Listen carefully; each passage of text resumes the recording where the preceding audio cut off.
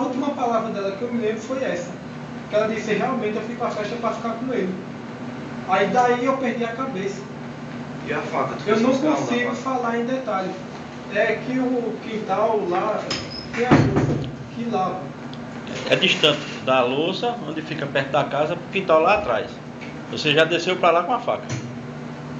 Você pegou a faca no propósito, né? Você estava no fundo do quintal. Em que momento você pegou a faca? Foi... Eu não sei, eu acho que foi na hora que ela falou isso. Que eu ia se embora, eu comecei a chorar. A faca estava onde? Quando você passou o olho, você encontrou a faca onde? É porque tem um tanque lá. Aí assim tem o lavador. Tava lá. A faca estava lá. Aí você foi até o lavador, pegou a faca. Foi, eu comecei a chorar, eu ia embora. Aí quando eu ia passando eu vi, aí sei lá, deu uma coisa em mim, eu não sei explicar. Você gritou alguma coisa ou ficou calado?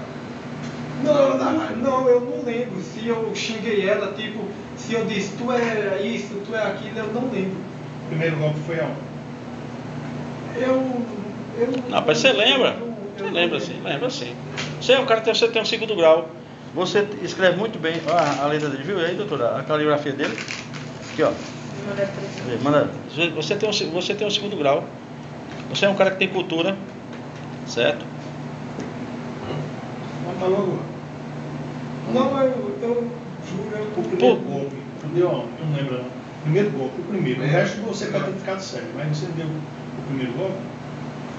Você estava consciente do primeiro golpe? Não, eu tava consciente todo. O período todo, é. E se tu não lembra de nada, pra que tu fugiu? Foi. Por que tu fugiu se tu não lembra de nada?